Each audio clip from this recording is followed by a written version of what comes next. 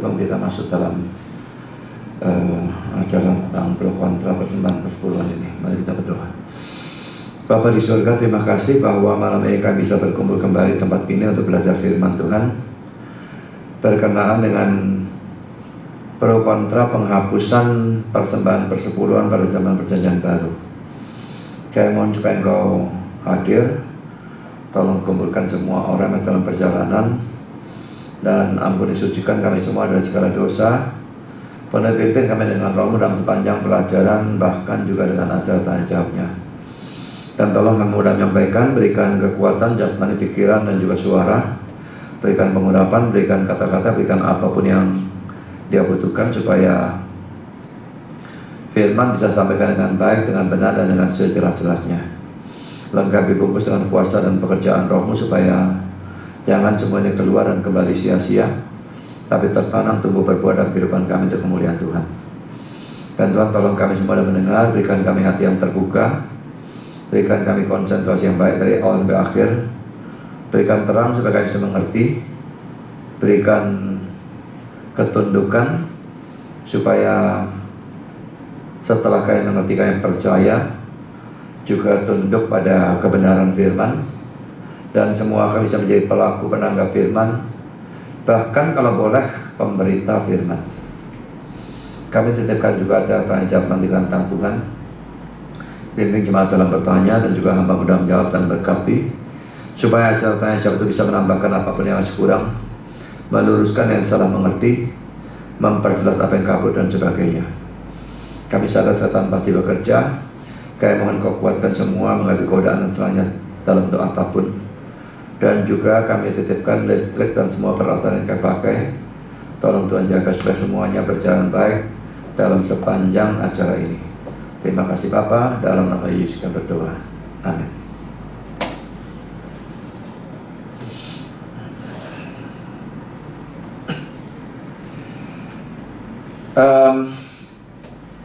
Ini adalah poin ke-6. Poin ke-5 ya. Bentar ya.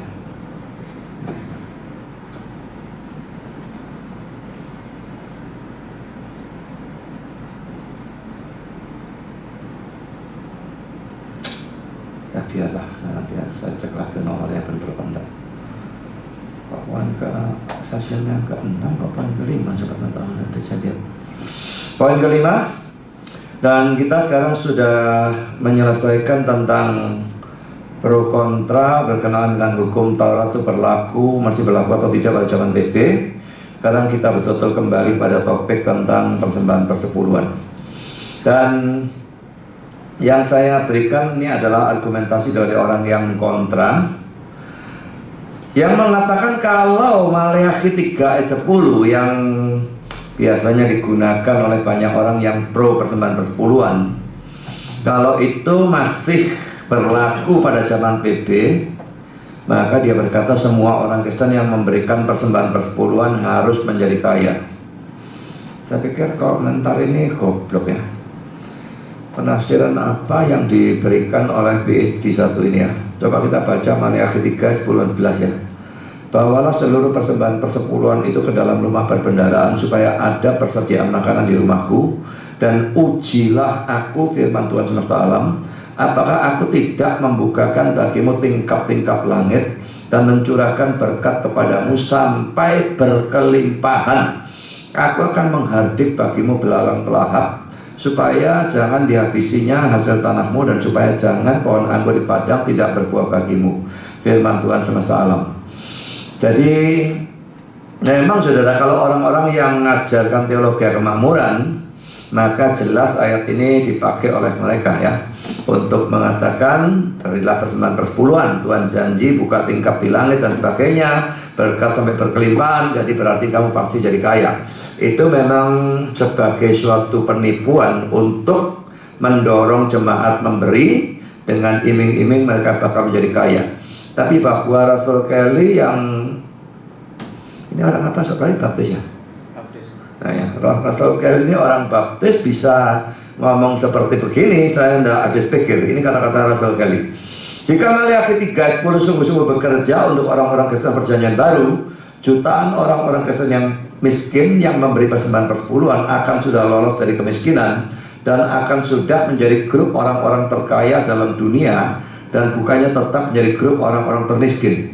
Di sana tidak ada bukti bahwa mayoritas yang besar dari pemberi-pemberi persembahan persepuluhan yang miskin pernah diberkati secara keuangan hanya karena mereka memberi persembahan persepuluhan. Ya saudara, menurut saya ini dia menggunakan tafsiran bodoh dari orang-orang yang menganut teologi kemakmuran.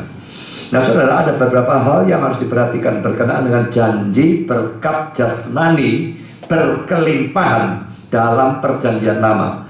Dan saudara, janji ini banyak ya. Poin A saudara, ayat-ayat perjanjian lama yang memberikan janji berkat jasmani berkelimpahan itu banyak. Mari kita lihat ya ayat-ayatnya. Saya mungkin hanya memberikan beberapa tapi cukup banyak saudara. Pertama, Amsal 3 ayat 9 dan 10. Muliakanlah Tuhan dengan hartamu dan dengan hasil pertama dari segala penghasilanmu, maka lumbung-lumbungmu akan diisi penuh sampai melimpah-limpah, dan bejana pemerahanmu akan meluap dengan air buah anggurnya. Ini janji berkat jasmani ya. Jadi kalau orang memuliakan Tuhan dengan harta, lalu memberikan first fruit atau hasil pertama dari segala penghasilan dan sebagainya, maka lumbungnya akan diisi penuh dan sebagainya.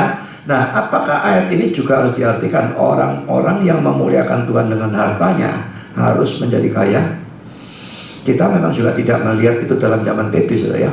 Waktu orang-orang jual tanah, jual rumah dipersembahkan untuk gereja, tidak pernah dikatakan mereka menjadi kaya. Jadi jelas ini tidak mungkin diartikan secara mutlak model semacam demikian. Pasti ada cara lain untuk menafsirkan, bukan secara apa adanya. Mungkin pada zaman PL itu bisa, tetapi jelas tidak pada zaman PB. Karena saudara, ayat yang kedua yang akan saya bacakan, Hagai pasal 1 ayat 2 sampai dengan ayat 11. Beginilah firman Tuhan semesta alam. Bangsa ini berkata, sekarang belum tiba waktunya untuk membangun kembali rumah Tuhan. Maka datanglah firman Tuhan dengan perantaraan Nabi Hagai, bunyinya, apakah sudah tiba waktunya bagi kamu untuk mendiami rumah-rumahmu yang dipapani dengan baik, sedangkan rumah ini tetap menjadi reruntuhan? Oleh sebab itu beginilah firman Tuhan semesta alam, perhatikanlah keadaanmu. Kamu menabur banyak tetapi membawa pulang hasil sedikit. Kamu makan tetapi tidak sampai kenyang. Kamu minum tetapi tidak sampai puas. Kamu berpakaian tetapi badanmu tidak sampai panas. Dan orang yang bekerja untuk upah, ia bekerja untuk upah yang ditaruh dalam pundi-pundi yang berlobang. Bagilah firman Tuhan semesta alam, perhatikanlah keadaanmu. Jadi naiklah ke gunung, bawalah kayu dan bangunlah rumah itu. Maksudnya apa itu ya? Maka aku akan berkenan kepadanya dan akan menyatakan kemuliaanku di situ, firman Tuhan. Kamu mengharapkan banyak, tetapi hasilnya sedikit. Dan ketika kamu membawanya ke rumah, aku menghembuskannya. Oleh karena apa? Demikianlah firman Tuhan semesta alam. Oleh karena rumahku yang tetap menjadi reruntuhan, sedang kamu masing-masing sibuk dengan urusan rumahnya sendiri. Itulah sebabnya langit menahan embunnya dan bumi menahan hasilnya. Dan aku memanggil kekeringan datang ke atas negeri, ke atas gunung-gunung, ke atas gandum, ke atas anggur, ke atas minyak, ke atas segala yang dihasilkan tanah, ke atas manusia dan hewan, dan ke atas segala hasil usaha. Jadi ini keadaan mula-mula pada waktu mereka mengabaikan pembangunan bait suci, mereka bingung dengan rumahnya sendiri, maka Tuhan mendatangkan kemelaratan, mendatangkan bencana, dikasih kekeringan dan sebagainya. Tapi sekarang kita lanjutkan pembacaan dengan Hagai pasal 2 ayat 16 sampai dengan 20. Maka sekarang perhatikanlah mulai dari hari ini dan selanjutnya, sebelum ditaruh orang batu demi batu untuk pembangunan bait Tuhan, bagaimana keadaanmu? Ketika orang pergi melihat suatu timbunan gandum yang seharusnya sebanyak 20 gantang, hanya ada 10. Dan ketika orang pergi ke tempat pemerasan anggur untuk mencedok 50 takal, hanya ada 20. Aku telah memukul kamu dengan hama dan penyakit gandum dan segala yang dibuat tanganmu dengan hujan batu, namun kamu tidak berbalik kepadaku. Demikianlah firman Tuhan. Perhatikanlah mulai dari hari ini dan selanjutnya, mulai dari hari yang ke-24 bulan ke-9, mulai dari hari diletakkannya dasar bait Tuhan. Perhatikanlah Apakah benih masih tinggal tersimpan dalam lumbung? Dan apakah pohon anggur dan pohon ara, pohon delima dan pohon zaitun belum berbuah? Mulai dari hari ini aku akan memberi berkat. Saudara, kalau Maleakhi 3 oleh Rasul kali dianggap harus membuat orang Kristen yang beri per bulan menjadi kaya, bagaimana dengan teks yang di atas ini? Apakah orang yang membangun gereja juga harus jadi kaya? Sekarang kita lihat teks yang ketiga, saudara. Imamat 26, Ulangan 28. Ini teks yang sangat panjang ya. Menjanjikan berkat berkelimpahan dan juga berkat-berkat lain jika mereka taat. Dan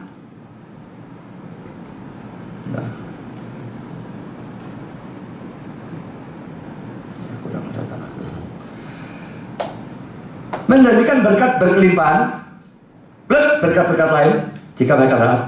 Dan sebaliknya, ancaman kemiskinan dan juga bencana-bencana lain jika mereka tidak taat. Saudara, saya cuma tekankan, saya garis bawahi dan kasih warna ini bagian yang berurusan dengan keuangan, pekerjaan gitu ya. Tapi kayak mereka itu kandungannya apa, perang apa, saya tidak terlalu urus ya. Coba, tapi kita baca Imamat 26 ayat 3 sampai 13. Jikalau kamu hidup menurut ketetapanku dan tetap berpegang pada perintahku serta melakukannya. Jadi ini syaratnya ya. Kalau syarat ini dipenuhi, maka ayat 4, aku akan memberi kamu hujan pada masanya, sehingga tanah itu memberi hasilnya dan pohon-pohonan di ladangmu akan memberi buahnya. Lamanya musim mengirit bagimu akan sampai kepada musim memetik buah anggur, dan lamanya musim memetik buah anggur akan sampai kepada musim menabur. Kamu akan makan makananmu sampai kenyang dan diam di negerimu dengan aman tentram. Dan aku akan memberi damai sejahtera dalam negeri itu, sehingga kamu akan berbaring dengan tidak dikejutkan oleh apapun. Aku akan melenyapkan binatang buas dari negeri itu, dan pedang tidak akan melintas di negerimu. Kamu akan mengejar musuhmu, dan mereka akan tewas di hadapanmu oleh pedang. 5 orang dari antaramu akan mengejar 100, dan 100 orang dari antaramu akan mengejar selaksa. Dan semua musuhmu akan tewas di hadapanmu oleh pedang. Dan aku akan berpaling kepadamu dan akan membuat kamu beranak cucu serta bertambah banyak. Dan aku akan meneguhkan perjanjianku dengan kamu. Kamu masih akan makan hasil lama dari panen yang lampau, dan hasil lama itu akan kamu keluarkan untuk menyimpan yang baru. Aku akan menempatkan kemah suciku di tengah-tengahmu, dan hatiku tidak akan muak melihat kamu. Tetapi aku akan hadir di tengah-tengahmu, dan aku akan menjadi Allahmu, dan kamu akan menjadi umatku. Akulah Tuhan Allahmu yang bawa kamu keluar dari tanah Mesir, supaya kamu jangan lagi menjadi budak mereka. Aku telah memalahkan kayu kuk yang di atasmu dan membuat kamu berjalan tegak. Itu kalau mereka taat ya. Sekarang kita lihat Imamat 26 ayat 14 dan 26. Ini kebalikannya. Tetapi jikalau kamu tidak mendengarkan daku dan tidak melakukan segala perintah itu, jikalau kamu menolak ketetapanku dan hatimu muak mendengar peraturanku, sehingga kamu tidak melakukan segala perintahku dan kamu mengingkari perjanjianku. Ini persyaratannya ya. Mereka tidak memenuhi ternyata. Maka aku pun akan berbuat begini kepadamu, yakni aku akan mendatangkan kekejutan atasmu, batuk kering serta demam, yang membuat mata rusak dan jiwa merana. Kamu akan sia-sia menabur benihmu, karena hasilnya akan habis dimakan musuhmu. Ini mestinya saya harus kasih ini.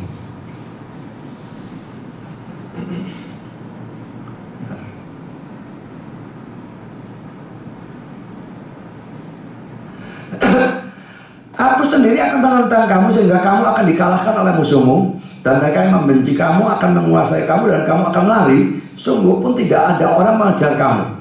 Dan jikalau kamu dalam keadaan yang demikian pun tidak mendengarkan daku, maka aku akan lebih keras mengajar kamu sampai 7 kali lipat karena dosamu. Dan aku akan mematahkan kekuasaanmu yang kau banggakan, dan akan membuat langit di atasmu sebagai besi dan tanahmu sebagai tembaga. Maka tenagamu akan habis dengan sia-sia, tanahmu tidak akan memberi hasilnya, dan pohon-pohonan di tanah itu tidak akan memberi buahnya. Jikalau hidupmu akan tetap bertentangan dengan daku, dan kamu tidak mau mendengarkan daku, maka aku akan makin menambah hukuman atasmu sampai 7 kali lipat setimpal dengan dosamu. Aku akan melepaskan kepadamu binatang liar yang akan memunahkan anak-anakmu, dan yang akan melenyapkan ternakmu, serta membuat kamu menjadi sedikit, hingga jalan-jalanmu menjadi sunyi. Jikalau kamu dalam keadaan yang demikian pun tidak mau kuajar, dan hidupmu tetap bertentangan dengan daku, maka aku pun akan bertindak melawan kamu, dan aku sediakan menghukum kamu 7 kali lipat karena dosamu. Dan aku mendatangkan ke atasmu suatu pedang yang akan melakukan pembalasan oleh karena perjanjian itu. Bila kamu berkumpul kelak di kota-kotamu, maka aku akan melepas penyakit sampar ke tengah-tengahmu, dan kamu akan diserahkan dalam tangan musuh. Jika aku memusnahkan persediaan makananmu, maka 10 perempuan akan membakar roti di dalam satu pembakaran. Mereka akan mengembalikan rotimu menurut timbangan tertentu, dan kamu akan makan tetapi tidak menjadi kenyang. Saudara, ini yang diberikan janji berkat ya, kalau mereka taat, dan juga ancaman kutuk termasuk kemiskinan dan sebagainya kalau mereka tidak taat. Nah saudara, Ulangan 28 ayat 114 itu sama dengan bagian awal dari imamat. Kalau mereka taat, janji berkatnya ini macam-macam. Dan Ulangan pasal 28 ayat 15 sampai 57 kebalikannya. Mereka tidak taat, maka terjadi kutuk ini dan sebagainya. Nah saudara, suatu yang harus ditekankan dalam teks-teks ini, saya tidak bacakan ulangannya, tapi saudara bisa baca sendiri. Kita bisa lihat bahwa ada satu hal yang mestinya ditekankan. Janji berkat berkelimpahan ini sebetulnya ya, kalau mau dilihat ayat-ayatnya, hanya berlaku kalau bangsa Israel mentaati segala perintah Tuhan dengan setia. Saya katakan segala perintah Tuhan dengan setia. Dan secara strict atau ketat, jelas tidak ada orang yang bisa melakukan hal ini dengan sempurna. Dan kalau syaratnya tidak dilakukan dengan sempurna, maka janji Tuhan tentang berkat jasmani berkelimpahan bagi itu sebetulnya tidak berlaku, karena mereka tidak memenuhi syaratnya. Mari kita lihat sebagian ayat-ayatnya yang menunjukkannya. Memang segala dan harus dengan setia. Kita lihat Ulangan 28 ayat 1 dan ayat 13. Jika engkau baik-baik mendengarkan suara Tuhan Allah dengan setia segala perintahnya yang kusampaikan kepada pada hari ini, maka dan terusnya. Lalu ayat 13, Tuhan akan mengangkat engkau menjadi kepala dan bukan menjadi ekor. Engkau akan tetap naik dan bukan turun. Apabila engkau mendengarkan perintah Tuhan Allahmu yang kusampaikan pada hari ini, kau lakukan dengan setia, dan apabila engkau tidak menyimpang kanan atau kiri dari segala perintah. Karena ini mestinya saya gede.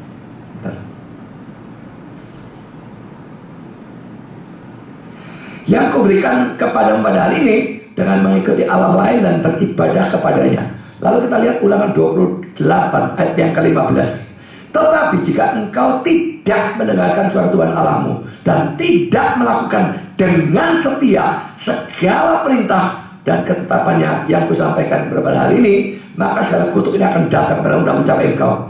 Dalam hal orang yang memberikan persembahan persepuluhan juga sebetulnya sama ya. Kalau mereka itu hidup taat dalam hal yang lain, maka memang janji berkat itu ada. Tapi kalau mereka hidupnya brengsek biarpun memberikan persepuluhan, maka itu tidak berlaku. Nah saya tekankan ya, karena kalau Ulangan 28 maupun Imamat 26 itu mau dibaca, harus taat secara sempurna. Nah tidak ada orang yang bisa seperti itu kan. Nah tidak ada orang seperti itu. Tuhan tidak salah kalau dia tidak memberikan berkat berkelimpahan kepada orang yang ya taat, katakanlah 90%. Taat 90% itu sudah luar biasa bagus. Kalau Tuhan tetap tidak mau memberi, itu haknya dia, karena orangnya tidak memenuhi perjanjiannya. Nah, orang memberikan persepuluhan, jelas ada ya orang yang memberi persepuluhan mungkin hanya karena kepingin berkat atau apa, saya tidak ngerti apapun alasannya. Hidupnya dalam hal-hal yang lain brengsek. Janji berkat jasmani berkelimpahan ini jelas tidak berlaku. Mari kita lihat Amos pasal 4 ayat 1 sampai ayat 11. Dengarlah firman ini, hai lembu-lembu Basan yang ada di gunung Samaria, yang memeras orang lemah, yang menginjak orang miskin, yang mengatakan kepada tuan-tuanmu, bawalah kemari supaya kita minum-minum. Tuhan Allah telah bersumpah demi kekudusannya, sesungguhnya akan datang masanya bagimu bahwa kamu diangkat dengan kain, dan yang tertinggal di antara kamu dengan kail ikan. Kamu akan keluar melalui belah tembok, masing-masing lurus ke depan, dan kamu akan diseret ke arah Hermon. Demikianlah firman Tuhan. Datanglah ke Betel dan lakukanlah perbuatan jahat, ke Gilgal dan terhebatlah perbuatan jahat. Bawalah korban sembelihanmu pada waktu pagi, dan persembahan persepuluhanmu pada hari yang ketiga.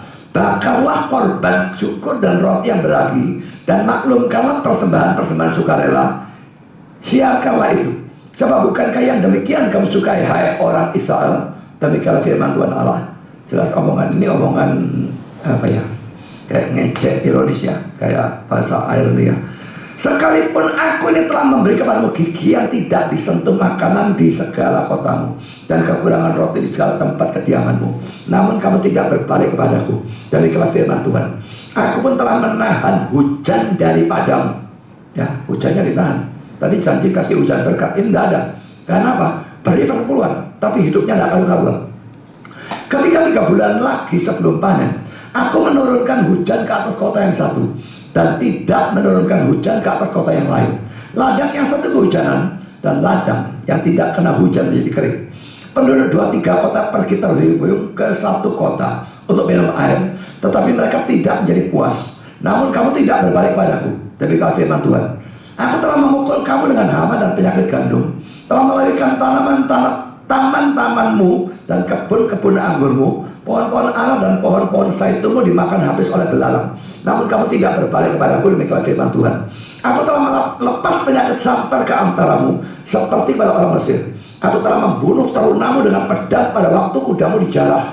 Aku telah membuat bau busuk perkemahanmu tercium oleh hidungmu, namun kamu tidak berbalik kepadaku. Demikian firman Tuhan. Aku telah menjungkir balikkan kota-kota di antara kamu seperti Allah menjungkir balikkan Sodom dan Gomora, sehingga kamu menjadi seperti puntung yang ditarik dari kebakaran, namun kamu tidak berbalik padaku. Demikian firman Tuhan. Ya saudara, mereka beri persepuluhan, hidupnya jahat. Tuhan tahan semua berkat, dan dia tidak bukan saja tidak diberi berkelimpahan, tapi ditarik berkatnya sampai mereka kekurangan. Nah saudara, bukan hanya dalam urusan persembahan persepuluhan, tetapi juga persembahan-persembahan yang lain, dan dalam tanda petik tindakan-tindakan saleh yang lain juga tidak digubris oleh Tuhan jika orangnya hidup jahat. Mari kita lihat Yesaya 1 ayat 10 ayat 15. Dengarlah firman Tuhan, hai pemimpin-pemimpin manusia Sodom. Mereka disebut orang Sodom ya. Perhatikanlah pengajaran Allah kita, hai rakyat manusia Gomora. Untuk apa itu korbanmu yang banyak-banyak? Firman Tuhan, aku sudah jemuahkan korban-korban bakaran berupa domba jantan dan akan lemak dari anak-anak gemukan, anak lembu gemukan. Darah lembu jantan dan domba-domba dan kambing jantan tidak aku sukai. Apabila kamu datang untuk menghadap di hadiratku, datang menghadap ini kan kayaknya tindakan salah ya. Siapakah yang menuntut itu daripadamu, bahwa kamu menginjak-injak pelataran bait suciku?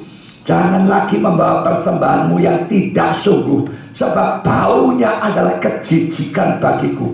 Kalau kamu merayakan bulan baru dan Sabat, atau mengadakan pertemuan-pertemuan, aku tidak tahan melihatnya, karena perayaanmu itu penuh kejahatan. Perayaan-perayaan bulan baru dan pertemuan-pertemuanmu yang tetap, aku benci melihatnya. Semuanya menjadi beban bagiku. Aku telah payah menanggungnya. Apabila kamu menadahkan tanganmu untuk berdoa, aku akan memalingkan mukaku. Bahkan sekalipun kamu berkali-kali berdoa, aku tidak akan mendengarkannya, sebab tanganmu penuh dengan darah. Jadi saudara, ini sesuatu yang harus dipikirkan ya. Janji berkat itu banyak, tapi ingat, Tuhan menghendaki ketaatan. Dan sebetulnya ketaatan yang sempurna, baru janji-janji berkat itu, yang berkelimpahan itu berlaku sebetulnya. Dan tidak ada yang bisa taat sempurna. Nah, perkara mereka tidak taat sempurna, Tuhan tetap memberikan janji berkat berkelimpahan itu haknya Tuhan. Tapi dia punya hak juga untuk tidak memberikan. Dan karena itu dalam zaman PA pun kita bisa melihat orang-orang yang saleh tetapi miskin. Itu jelas ada, kayak misalnya dalam Mazmur pasal 73, menderita dan kekurangan dan bahaya, sedang orang yang jahat bisa enak dan macam-macam hal yang lain. Jadi saudara, ini bisa semacam demikian. Bahkan dalam zaman PL, apalagi dalam zaman PB. Karena kita masuk poin B, dan kita membahas zaman PB ya. Perjanjian baru memberikan janji berkat jasmani hanya secara cukup, tetapi menjanjikan berkat rohani berkelimpahan. Jadi ini ada perbedaan antara perjanjian lama dengan perjanjian baru. Dan itu yang atau pura-pura tidak dilihat oleh si Rasul Ghali, atau pura-pura tidak dilihat juga oleh orang-orang teologi kemakmuran, atau memang tidak tahu karena mereka memang bodoh kalau orang-orang teologi kemakmuran. Perjanjian baru berikan janji berkat jasmani hanya secara cukup, bukan berkelimpahan, tapi menjadikan berkat rohani yang berkelimpahan. Saudara, Matius pasal 6, saya kira tidak usah dibaca semua ya, ayat 25 sampai 34. Lihat yang saya beri cetak besar dan juga warna biru maupun merah ya. Ayat 25 makan minum pakai, ayat 26 juga ada makan, lalu ayat 27 28 pakaian, ayat 29 ada berpakaian, ayat 31 makan minum pakai. Jadi saudara, semua ada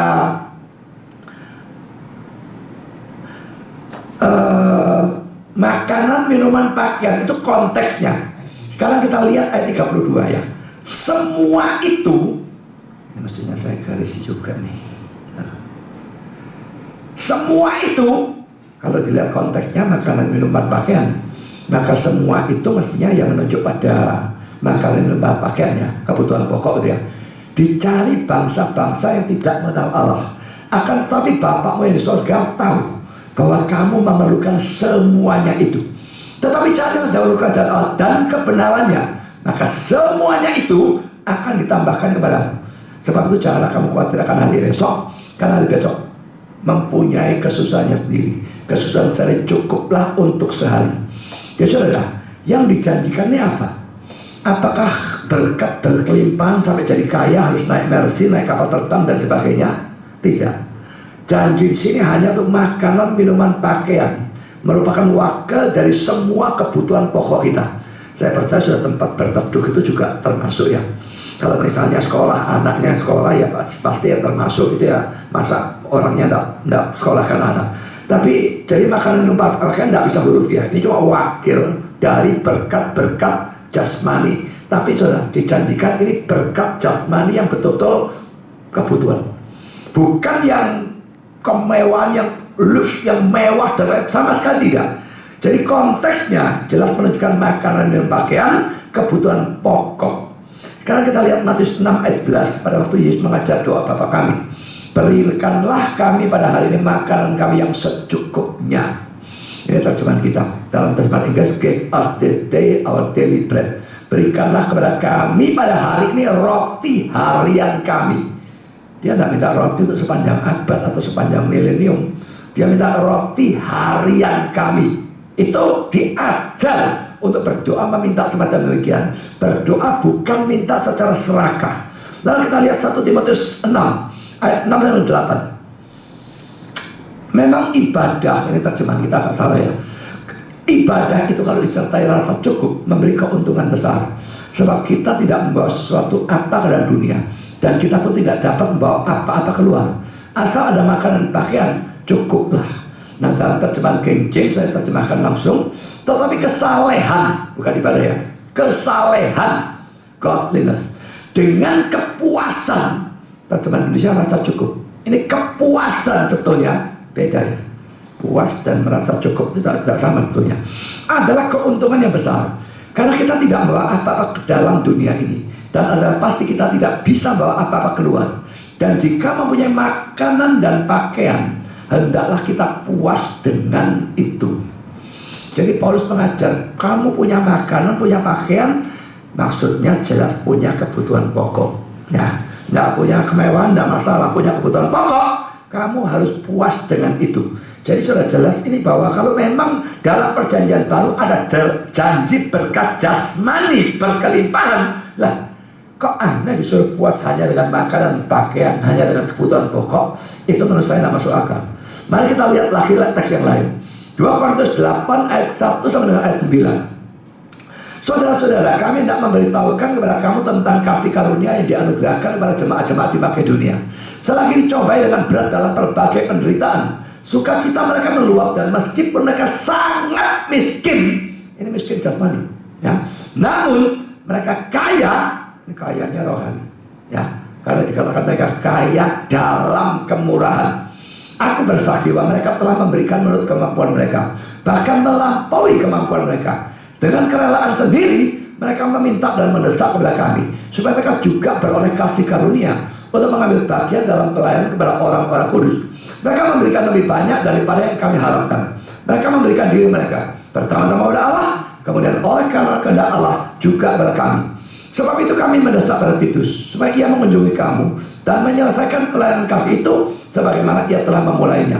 Maka sekarang, sama seperti kamu kaya dalam segala sesuatu, dalam iman, dalam perkataan, dalam pengetahuan, dalam kesungguhan untuk membantu, dan dalam kasihmu terhadap kami, demikianlah juga hendaknya kamu kaya dalam pelayanan kasih ini. Aku mengatakan hal itu bukan sebagai perintah, melainkan dengan menunjukkan usaha orang-orang lain untuk membantu. Aku mau menguji keikhlasan kasih kamu, karena kamu telah mengenal kasih karunia Tuhan kita Yesus Kristus, bahwa ia yang oleh karena kamu menjadi miskin, supaya ia kaya, sekalipun ia kaya, supaya kamu jadi kaya oleh karena kemiskinannya. Orang-orang yang teologi kemakmuran biasa kutip ayat 9-nya toh, saudara. Yesus kaya jadi miskin, supaya kita miskin jadi kaya. Kalau dilihat hanya ayat 9-nya toh, nggak kelihatan kayanya itu kaya apa. Tapi kalau kita lihat dari awal, saudara, ayat 2-nya sudah mengatakan mereka itu sangat miskin. Nah, mereka kaya, kayanya dalam kemurahan. Lebih menyolok lagi dalam ayat 7, kamu kaya dalam segala sesuatu, tapi segala sesuatu didefinisikan dalam iman, dalam perkataan, dalam pengetahuan, dalam kesungguhan untuk membantu, dan dalam kasihmu terhadap kami. Demikian juga hendaknya kamu kaya dalam pelayanan kasih ini.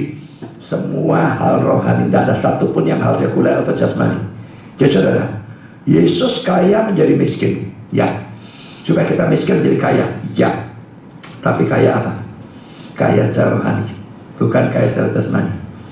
Jadi saudara, teks ini jelas menunjukkan secara jasmani mereka miskin, sangat miskin. Tapi secara rohani mereka kaya. Sekarang kita masuk dalam poin C. Hal yang perlu kita tanyakan adalah, mengapa sekarang kok bisa ada perbedaan seperti ini antara PL dan PP? Tadi kita melihat ayat PL-nya, janji berkat jasmani berkelimpahan. PP-nya, janji berkat jasmaninya cuma cukup, janji berkat rohani berkelimpahan. Saudara, mengapa kok bisa berbeda seperti itu? Saudara, ada dua jawaban.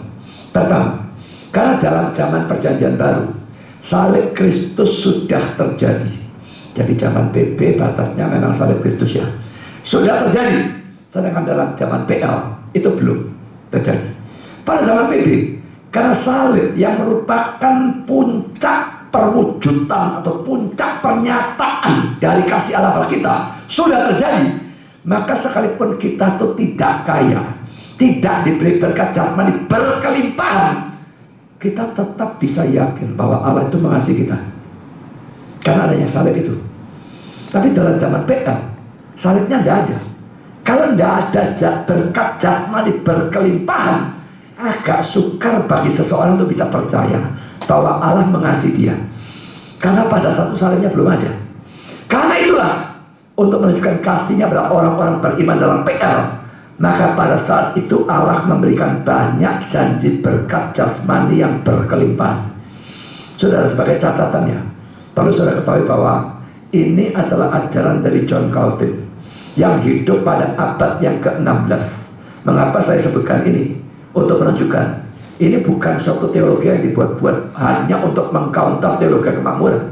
Teologi kemakmuran belum muncul, ini zamannya Calvin kok. Yang buat, nanti saya akan berikan kutipannya, yang buat ajaran ini adalah Calvin, hidup pada abad yang ke-16. Jadi saudara, adalah omong kosong kalau ajaran dibuat-buat. Pada zaman dia teologi belum muncul, itu baru muncul abad ke-20, kan? Sekarang hal yang kedua, ayat-ayat yang menunjukkan janji berkat jasmani yang berkelimpahan dalam PL merupakan tipe bayangan dari janji berkat rohani yang berkelimpahan dalam zaman PP. Jadi saudara, berkat rohani berkelimpahan itu antitipe. Setelah antitipenya datang, penggenapannya datang dalam PB, maka tipenya sudah jelas tidak berlaku lagi. Saya berikan komentar dari Calvin, bukan komentar ya, ini bukan dalam buku tafsirannya, tapi dalam institusionya, buku kedua, pasal yang ke-11, nomor 1. Saya akan bacakan perbedaan antara dua perjanjian. Satu, kurung buka ya, kurung buka. Satu, perjanjian lama berbeda dari perjanjian baru dalam 5 hal. Penggambaran berkat-berkat rohani oleh berkat-berkat sementara. 1-3, kurung tutup. Satu, penekanan pada keuntungan-keuntungan duniawi yang harus membimbing pada urusan-urusan atau persoalan-persoalan surgawi. Lalu apa atau bagaimana? Kamu akan bertanya, tidak adakah perbedaan yang tertinggal antara PL dan PB? Akan jadi apa atau bagaimana? Banyak teks kitab suci dalam mana mereka dikontraskan sebagai sama sekali berbeda. Sekarang inilah perbedaan yang pertama. Tuhan dari PL menghendaki bahwa bangsa atau umatnya mengarahkan dan mengangkat pikiran mereka pada warisan surgawi. Tetapi untuk memelihara mereka dengan lebih baik dalam pengharapan ini, ia menunjukkan kepada mereka untuk melihat dan boleh dikatakan untuk mencicipi di bawah keuntungan-keuntungan duniawi.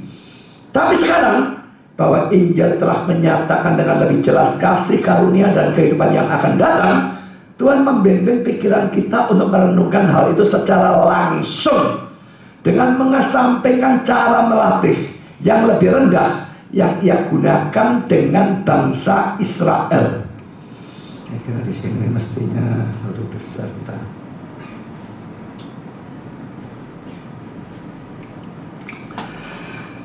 Jadi saudara, mula-mula zaman PL pakai berkat jasmani. Biar dengan ini mereka merenungkan berkat surgawi. Tapi sekarang zaman PB sudah nyolok, saudara. Nggak butuh lagi hal itu. Maka dia mengajar secara langsung. Cara melatih yang lama, yang lebih rendah, singkirkan. Langsung merenungkan hal itu, membimbing kita pada berkat jasmani, mengarah pada surga dan sebagainya. Sekarang kutipan dari Calvin lagi, dari Institutionnya, buku kedua, chapter 11, nomor 2. Dia mengatakan demikian. 2. Janji-janji duniawi sesuai dengan masa kanak-kanak dari gereja dalam PL, tetapi tidak mengikat pengharapan pada hal-hal duniawi. Ini akan lebih jelas dari kok bisa muncul dari mana?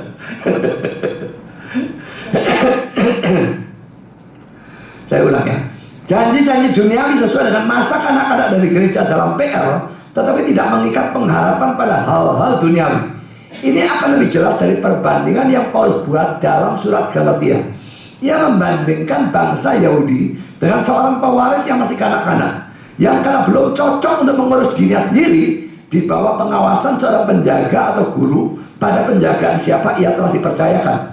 Galatia 4 ayat 1 dan 2. Sekalipun Paulus menerapkan perbandingan ini, terutama pada upacara-upacara, tak ada apapun yang menghalangi kami untuk juga menerapkannya dengan paling cocok di sini. Karena itu warisan yang sama ditetapkan bagi mereka dan bagi kita, tetapi mereka belum cukup umur untuk bisa memasukinya dan mengurusnya. Karena perhatikan ini yang saya garis bawahi.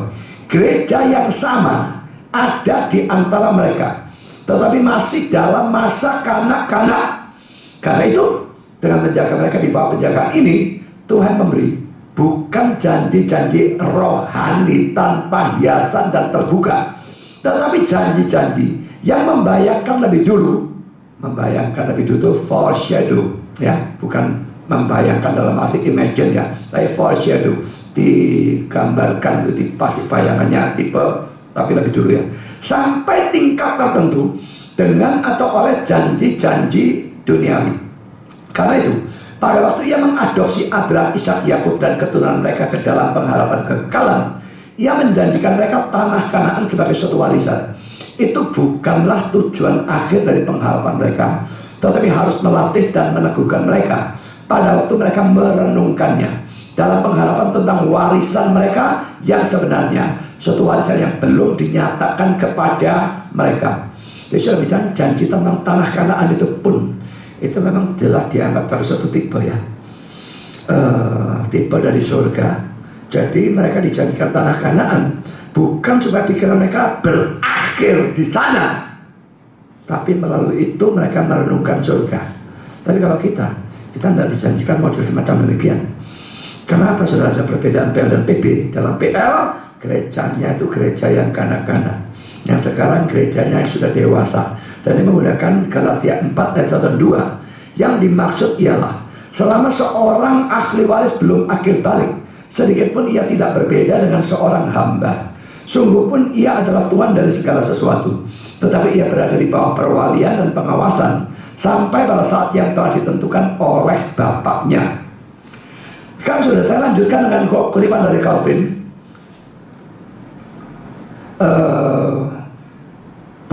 Buku kedua, chapter 11, nomor 3.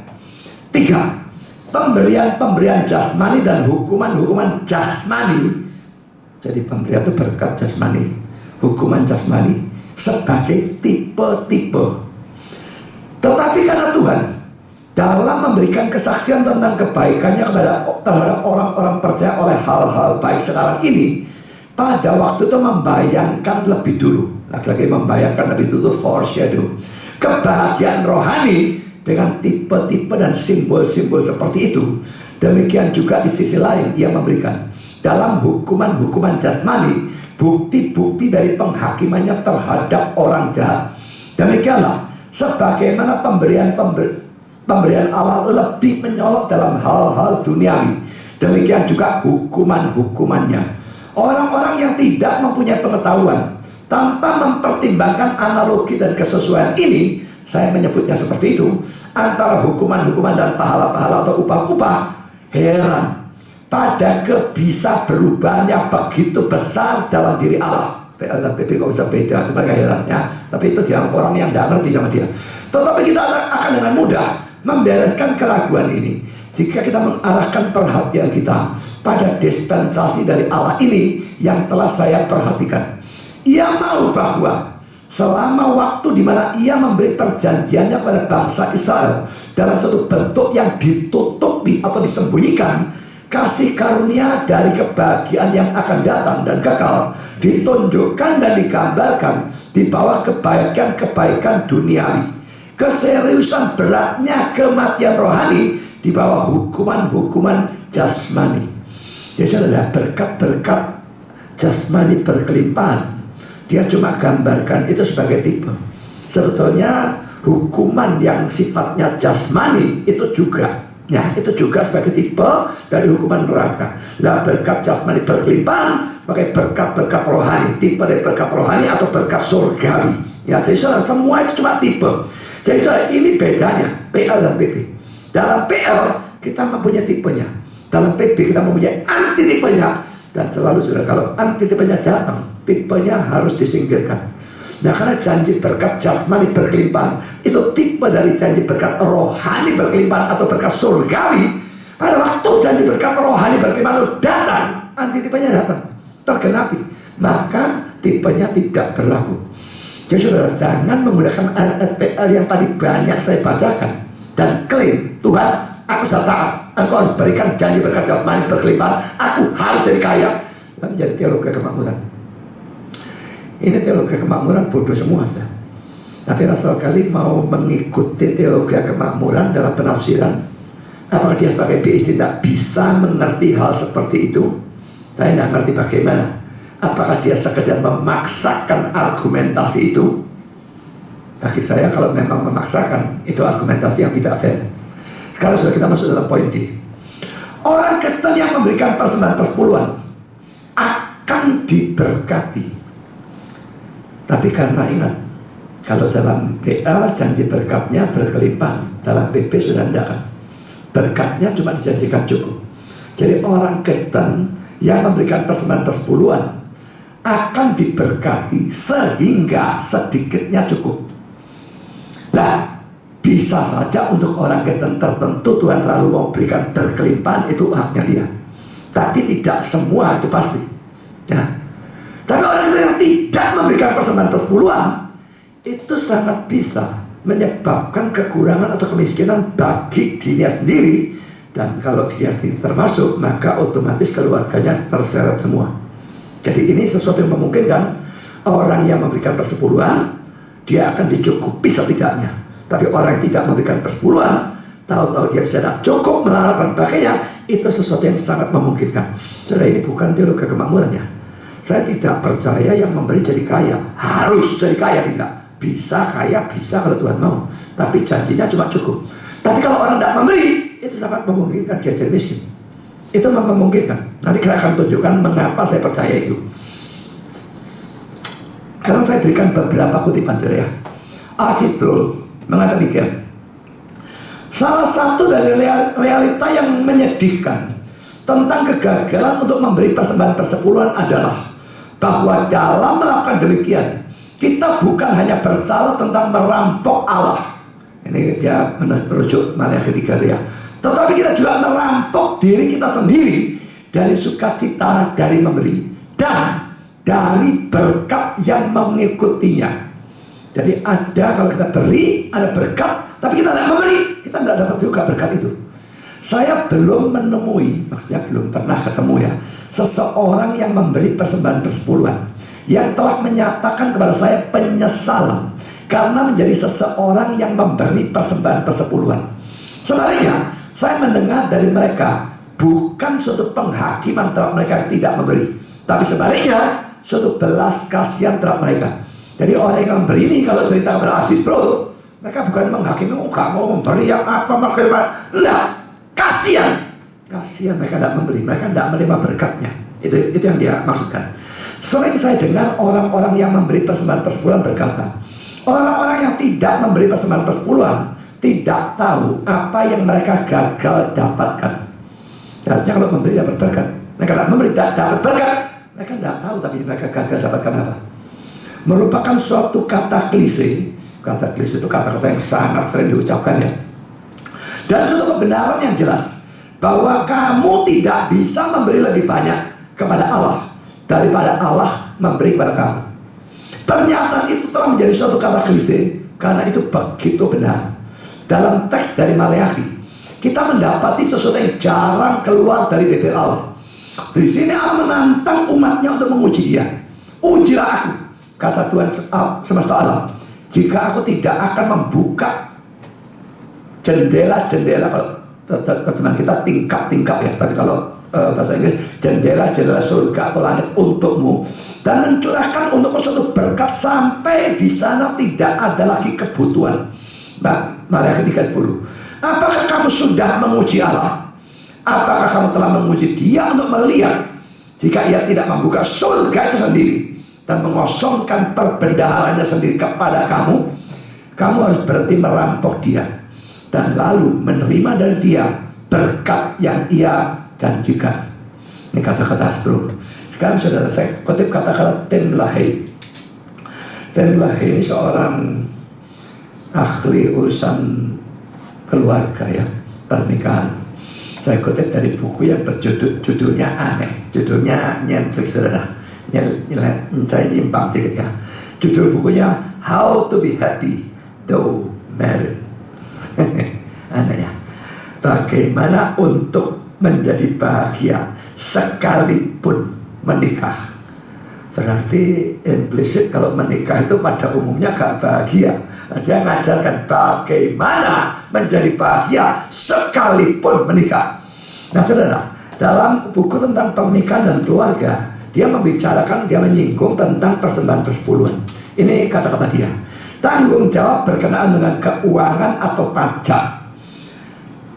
Bahasa Inggrisnya fiskal ya. Bisa keuangan, bisa pajak.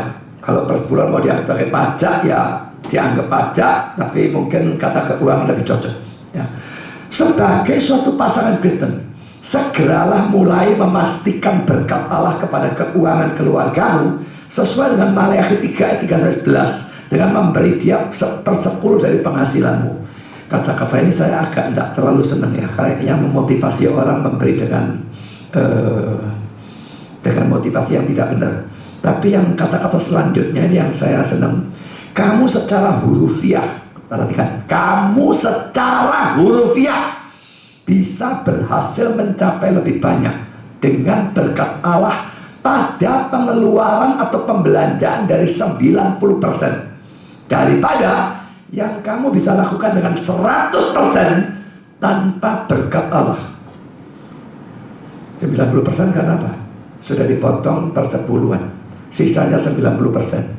Kamu secara hurufiah, katanya dia, bisa berhasil mencapai lebih banyak dengan 90% dari penghasilanmu setelah dipotong 10% untuk persepuluhan. Tapi ini ada berkat Tuhan, karena sudah memberikan persepuluhan, sehingga bisa mencapai lebih banyak daripada yang bisa kamu lakukan dengan seluruh 100%, karena tidak memberikan persepuluhan. Jadi saudara, ini sesuatu yang saya kira banyak sekali disaksikan. Dan tidak usah diomong, saya sendiri mengalami. Dan saya sendiri pernah menyaksikan beberapa kali. Dengan seluruh penghasilan kita 100% kita kekurangan, defisit. Tapi setelah kita harus beri dengan iman, dengan kasih, bukan dengan motivasi yang tidak karu-karuan ya, kita potong 10%, balikan persepuluhan, maka sisanya yang 90% itu kalau secara logika kan mestinya defisit lebih banyak. Tadi 100% defisit kok. Tapi aneh, dengan 90% cukup. Kita mencapai lebih banyak. Kalau ada yang menganggap ini tidak masuk akal, maka ingat baik-baik, Tuhan tidak tergantung pada matematik. Saya kira dalam Alkitab jelas digambarkan Tuhan tidak tergantung pada kimia ada ya. Air dicedok tadi anggur. Itu kimianya ya apa caranya saudara? Dia tidak tergantung juga pada fisika. Jalan di atas air, laut Teberau dibelah. Itu fisikanya ya apa caranya? Keaturan saudara. Ya. Dia tidak tergantung juga pada matematik. Bagaimana beri makan 5.000 orang dengan 5 roti dan 2 anggur? Itu matematiknya tidak masuk akal saudara. 5 roti dan 2 ikan. Ya. Matematiknya tidak masuk akal sama sekali. Tapi bisa, bukan cuma cukup, kenyang habis, masih sisa 12 keranjang. Mana bisa tergantung matematik saudara? Saudara, Tuhan jangan diukur dengan matematik. Saudara, 100% gaji gak cukup untuk keluarga, sudah gak cukup, defisit. Saya disuruh kasih 10% lagi, tambah defisit lah. Saudara, Tuhan tidak bisa dihitung matematik. Masalahnya saudara, 100% kita gunakan semua, dia tidak kasih berkat. Dia bocori keuangan dan macam-macam pengeluaran yang tak terduga, yang tidak seharusnya keluar duit. Saudara, keluar duit itu gampang sekali kan. Saudara punya sepeda motor atau punya mobil, diam-diam tahu rusak. Saya tidak bilang kalau yang rusak mobilnya itu selalu mengalami karena tidak memberikan persepuluhan ya. Saya bukan mengatakan demikian. Tapi Tuhan bisa bocor dengan segala macam cara. Tahu-tahu mobil rusak, masuk bengkel 1 juta gitu ya. Mau muter keran saja, tepuk kerannya pedot. Keran pedot 50.000. Nanti sudah sakit, teman berdarah marah-marah, masuk rumah sakit. Berapa? 4 juta?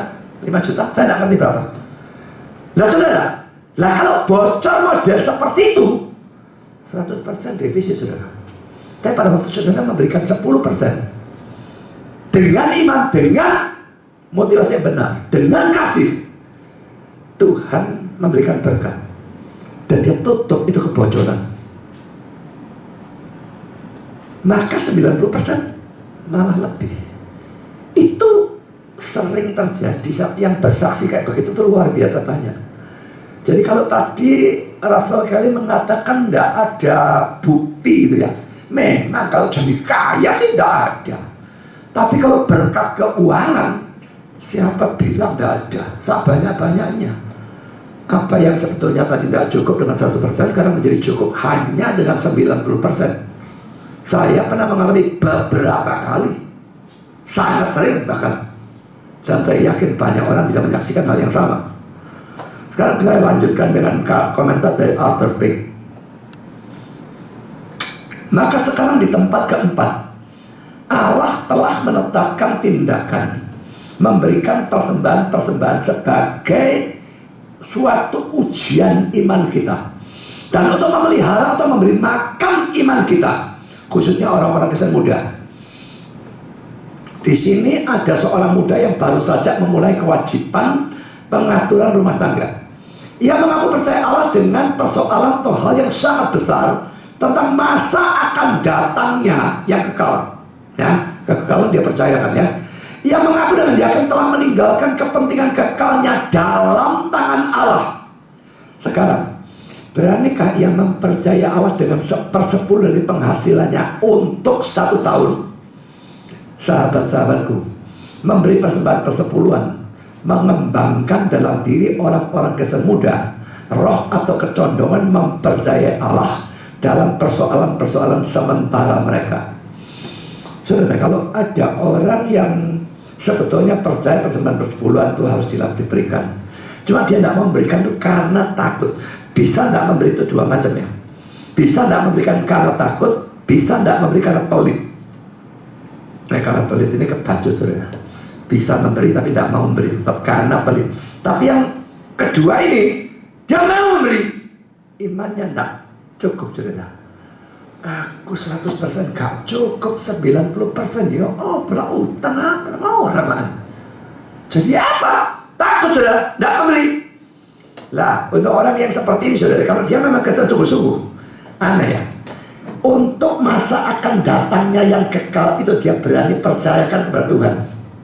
Tapi untuk duit sementara dia tidak berani percayakan kepada Tuhan. Ini tidak logis, saudara. Itu yang diserang oleh si Arthur Pink. Karena itu dia katakan memberikan persepuluhan ini ujian iman untuk orang-orang yang takut-takut untuk memberikan persepuluhan. Hatinya cinta Tuhan, kepingin memberi, tapi memberi, waduh, aku tambah defisit ya. Akhirnya tidak memberi. Nah, saudara, untuk orang-orang yang seperti itu, maka renungkan kata-kata dari Arthur Pink. Saudara berani menyerahkan kekekalan yang akan datang itu kan tangan Tuhan. Tidak berani menyerahkan yang sementara kan tangan Tuhan. Itu tidak masuk akal sama sekali. Hal yang besar saudara percayakan, hal yang kecil, remeh sepele, tidak saudara percayakan. Sekarang kata-kata Calvin tentang Maliaki 3:10. Aku, Allah ya, bukanlah penyebab dari ketandusanmu. Tanahnya tandus dan dikasih hujan ya. Aku bukan penyebabnya, tapi kejahatanmu lah penyebabnya. Karena kamu telah menipu aku, dalam kurung secara melanggar hal-hal keramat. Kalimat bahasa Inggrisnya suka diterjemahkan, maka saya potong dak karu-karuan, saudara ya. Because ye have sacrilegiously defrauded me. Itu defraud itu bisa menipu, bisa menggelapkan uang. To sacrilege itu melanggar hal-hal keramat. Maka saya terjemahkan, karena kamu telah menipu aku. Saya masukkan dalam tanda kurung karena tidak tahu saya kalimatnya mesti dibuat gimana. Menipu aku itu dengan cara melanggar hal-hal keramat. Harus memberikan persepuluhan itu hal keramat. Kalau melanggar itu, dengan melanggar itu menipu sekali ya. Saudara, jadi bukan Allah yang menjadi penyebab, dirinya sendiri kan ya tidak memberikan yang menjadikan ketandusan ya. Jadi dia miskin, dia bangkrut, dia hancur, tanahnya tidak mengeluarkan hasil, dia sendiri yang menyebabkan karena dia tidak memberikan persembahan persepuluhan. Lalu Pink mengatakan lagi demikian, dan kami katakan lagi, alasan yang besar atau mayoritas mengapa begitu banyak umat Allah miskin adalah karena mereka tidak setia dengan uang yang Allah berikan kepada mereka. Mereka merampok Allah. Merampok orang sudah mending merampok Allah. Tidak heran mereka telah mengalami kesukaran terus-menerus dan kemalangan atau kesialan. Tidak heran. Kata-kata ini seolah-olah kayak bahwa teolog kayak kemakmuran. Tidak. Dia tidak bilang mesti kaya, saudara. Dia bilang yang miskin kita setujui. Saya setuju juga. Orang tidak memberikan kepada Allah, orang pelit kepada Allah, dia buat miskin. Tapi tidak berarti sebaliknya lalu berlaku kalau orang memberi lalu dia jadikan kaya lah. Kalau jadikan kaya itu teologi kemakmuran. Saya percaya separuh, sudah ya. Kalau teologi kemakmuran percaya tidak memberi melarat, memberi jadi kaya. Tidak memberi melarat saya percaya bisa sekali. Tapi memberi jadi kaya itu yang saya tidak percaya, dan Arthur Pink juga tidak mengatakan demikian. Tapi memang benar menurut saya nih, alasan yang besar atau mayoritas mengapa begitu banyak umat Allah yang miskin adalah karena mereka tidak setia dengan uang yang Allah berikan kepada mereka. Mereka merampok Allah. Tidak heran mereka telah mengalami kesukaran terus-menerus dan kemalangan atau kesialan. Tidak heran.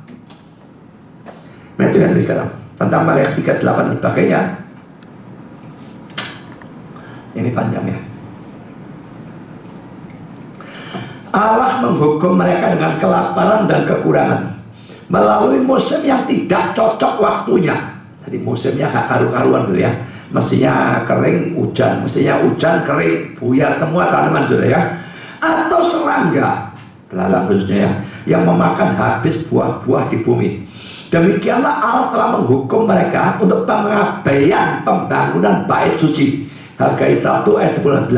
Dan sekarang untuk tidak memelihara pelayanan bait suci, ini tidak memberikan persepuluhan, tidak memelihara pelayanannya. Perhatikan, mereka yang menyangkal Allah akan bagiannya dari milik mereka bisa dengan adil atau benar mengharapkan suatu kutuk pada bagian mereka sendiri dari milik mereka. Kamu telah kena kutuk karena merampok aku, tetapi kamu terus melakukannya. Perhatikan, merupakan suatu dosa yang lebih berat atau serius pada waktu manusia berkeras di dalamnya, sekalipun ada teguran dari providensia.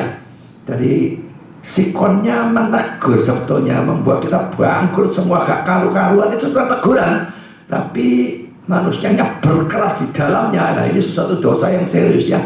Padahal mereka ada di bawah hal itu karena dosa itu.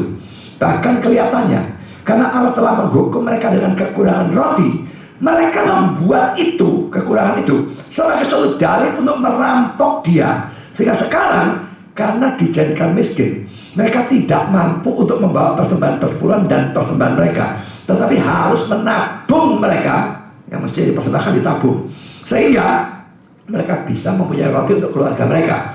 Perhatikan, itu membuktikan kejahatan yang besar dalam dosa.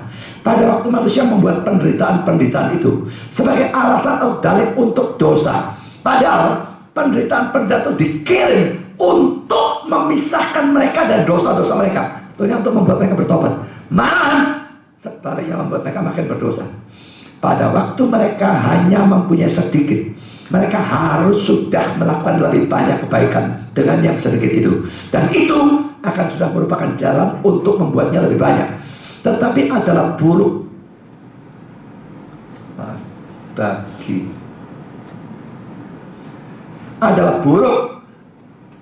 bagi sang pasien pada waktu itu yang harus menyembuhkan penyakit hanya berfungsi untuk menyembunyikan atau menutup-nutupi penyakit itu dan mencegah dirinya dari penyelidikan.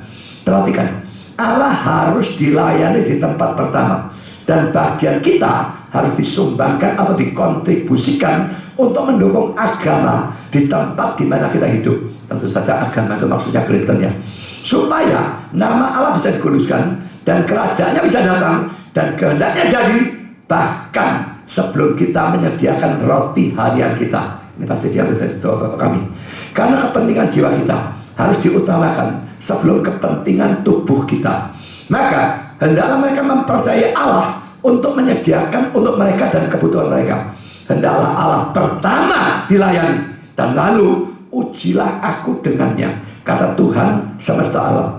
Apakah aku tidak akan membuka jendela-jendela surga? Mereka berkata, mereka membalik saudara ya, hendaklah Allah memberi kita kecukupan atau kelimpahan kita lagi seperti dahulu, dan ujilah kami, apakah kami tidak akan memberinya persembahan persepuluhan dan persembahannya seperti yang kami lakukan dahulu? Tidak, kata Allah. Kamu pertama atau lebih dulu membawa seluruh persembahan persepuluhan, karena itu harus dibayar pada waktunya, dan semua tunggakan dari masa lalu. Ini nunggak sampai bertahun-tahun ya pembayar, saya tidak ngerti sudah ya. Dan ujilah aku, apakah aku tidak akan memulihkan kecukupan atau kelimpahanmu. Kita pertama-tama harus melakukan pekerjaan yang adalah bagian kita, dan lalu ujilah dia dan percayalah dia untuk upah atau pahalanya. Elia meletakkan janda di Sarfat ke dalam metode ini pada waktu ia berkata, 1 Raja-Raja 17 ayat 13, buatkanlah aku sebuah kue kecil dulu, dan lalu buktikan atau ujilah aku, apakah di sana tidak akan ada cukup setelahnya untukmu dan anakmu. Hal yang mengecilkan hati umat dari pengeluaran kasih atau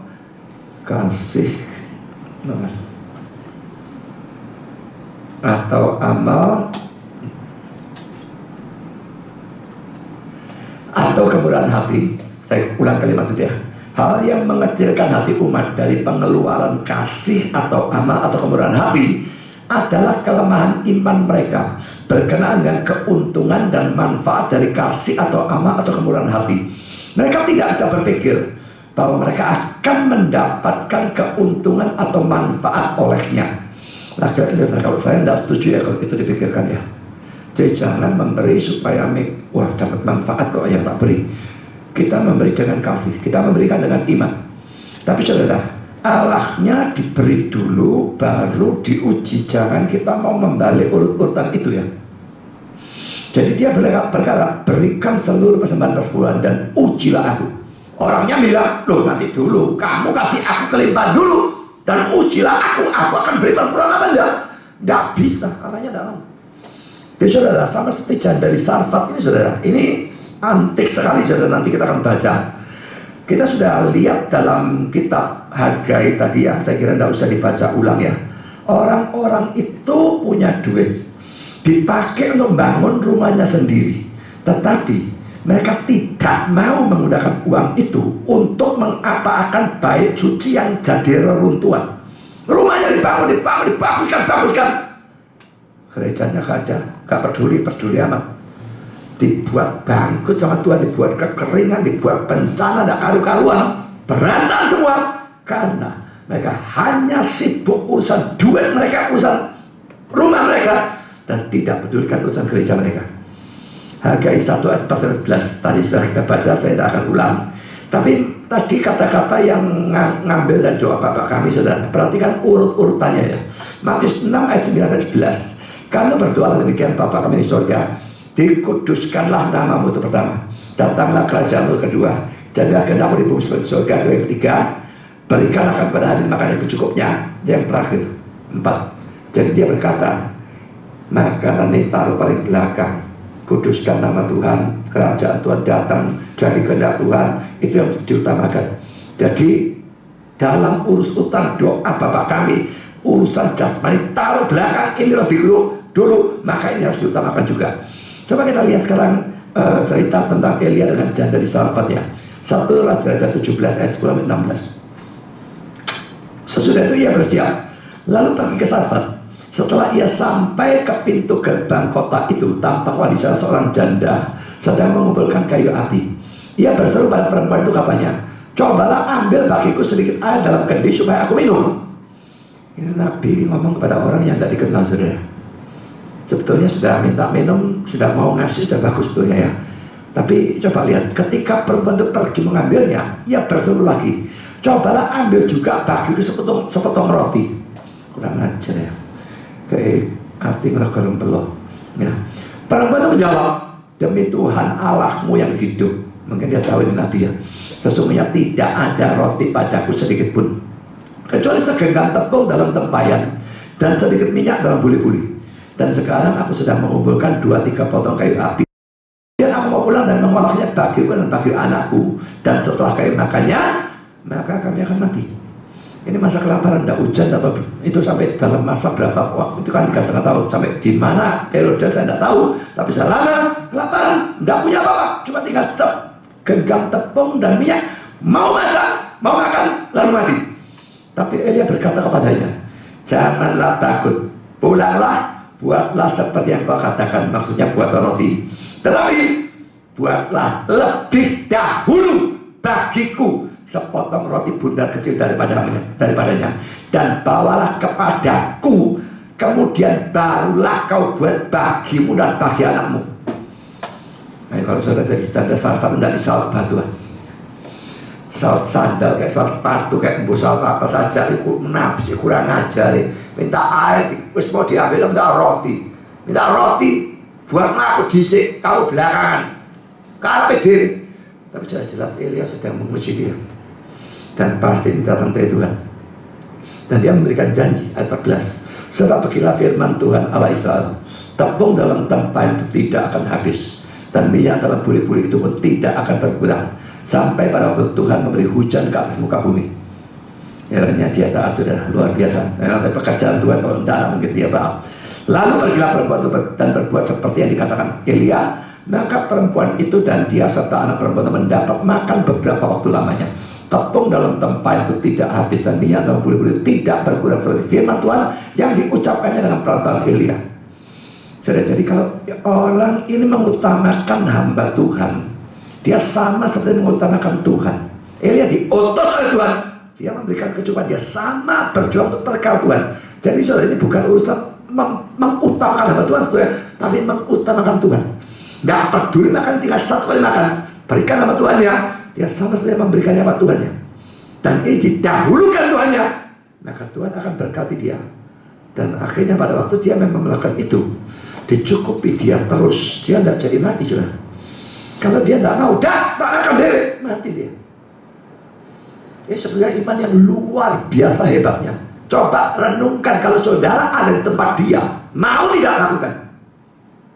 Tuhannya dulu, tidak peduli aku mati kalian, mati kelaparan, gak urus, pokok Tuhannya dulu. Suka dicari saudara seperti itu. Tapi pada waktu dia lakukan, Tuhan berkati sedemikian rupa dengan satu mujizat. Tepungnya tidak habis-habis diambil, ada lagi minyaknya juga demikian. Sampai tak tahu berapa bulan, pokoknya sampai masa kelaparannya hilang. Dan kita bandingkan dengan Matius 6 ayat 33. Tetapi carilah dahulu kerajaan Allah dan kebenarannya, maka semuanya itu akan ditambahkan kepadamu. Kita biasanya memang membalik seperti kata-kata Matius tadi ya. Tuhan cukup aku dulu, baru aku utamakan kerajaan Allah. Tidak bisa. Tuhan bilang carilah dahulu kerajaan Allah dan kebenarannya. Utamakan Tuhan, utamakan kerajaannya, utamakan kebenarannya, maka Tuhan janji mencukupi saudara. Laki-laki saudara, kalau saudara berani mempercayakan kekekalan yang akan datang dalam tangan Tuhan, adalah aneh ya kalau kita tidak berani mempercayakan hal sementara ini. Paling-paling kita mati kelaparan kan? Tapi apakah Tuhan akan biarkan kita mati kelaparan? Saudara, kata-kata Matius yang di atas ya menunjukkan bahwa seorang Kristen bisa masuk ke dalam semacam lingkaran setan, sehingga jatuh makin lama makin dalam urusan persembahan persepuluhan. Karena dia tidak memberikan persembahan persepuluhan, Tuhan tidak memberi berkat, cabut berkatnya, dihajar dia dengan kekurangan dan kemiskinan. Tapi hal itu yang seharusnya membuat dia sadar akan dosanya dan bertobat, justru dia jadikan dalih untuk makin tidak memberikan persembahan persepuluhan, atau bahkan persembahan biasanya juga dicabut. Karena aku tambah melarat, cabut. Tadi sudah melarat, tak cabut. Sekarang tambah melarat lagi, cabut lebih lagi. Dan ini malah mendatangkan hajaran yang lebih berat dari Tuhan. Makin di dalam hari, makin miskin, makin miskin lagi. Terus lingkaran setan. Jadi apa yang dia harus dilakukan dalam kasus seperti itu? Dia harus dengan iman memutus lingkaran setan itu. Dengan cara bagaimana? Dengan cara memberikan persembahan persepuluhan. Tidak peduli dia sedang dalam kekurangan atau kemiskinan. Dan dengan itu dia menguji apakah Tuhan menepati janjinya atau tidak, bukakan tingkap di langit dan sebagainya. So, dalam debat di Facebook tentang persembahan persepuluhan, ada orang-orang bodoh ini yang argumentasi gak pakai ayat Alkitab. Argumentasi mengatakan ada satu orang gajinya UMR. Berapa UMR? 2 juta berapa? Ya tak tahu lah 2 juta berapa. Dan dia tanya pada saya, lalu orang ini harus kasih persepuluhan berapa? Ya tinggal tak bagi 10, dikasih persembahan sekian. Katakanlah 2,5 juta atau 2,35 juta. Ya 235.000 titik. Dan dia katakan apa saudara? Ini sesuatu yang kejam. Menyuruh orang semiskin itu UMR itu melaratnya nemen saudara. Kalau saudara pemasukannya cuma UMR, biarpun saudara single 2,35 juta itu melaratnya luar biasa. Kok kejem banget orang melarat begitu, memberikan persepuluhan 235.000. Padahal saudara, ini perintah Tuhan bukan perintah saya. Saya kan cuma menyampaikan. Dan perintah Tuhan ini sebetulnya dalam tanda petik obat yang Tuhan berikan untuk menyembuhkan dalam tanda petik penyakit mereka. Pemberian obat dari Tuhan mereka anggap sebagai suatu kekejaman. Tidak bisa lebih goblok lagi, tidak bisa lebih tidak beriman lagi dari ini. Tuhan berjanji, kamu melarat, kasih. Tak cukupi. Nah, kalau orangnya tidak beriman, yang menganggap Tuhannya kejam. Tinggal kita mau beriman apa tidak. Nyatanya janda di Sarfat itu mati kelaparan. Apakah Elia kejam pada saat itu? Baik dalam kasus bangsa Israel dalam zaman Hagai maupun dalam kasus janda Sarfat, obat dalam tanda petik yang Tuhan berikan untuk menyembuhkan penyakit mereka dalam tanda petik bisa dianggap oleh orang-orang yang tidak beriman dan bodoh sebagai suatu kekejaman. Tapi baca cerita-cerita selanjutnya, maka saudara akan melihat bahwa pada waktu mereka mentaati perintah dalam tanda petik yang kejam itu, mereka betul-betul dalam tanda petik disembuhkan dari penyakit mereka. Jadi kejamkah Allah? Kejamkah hamba Tuhan yang menyampaikan firman sesuai dengan apa yang Tuhan perintahkan, apa yang Tuhan berikan sebagai obat?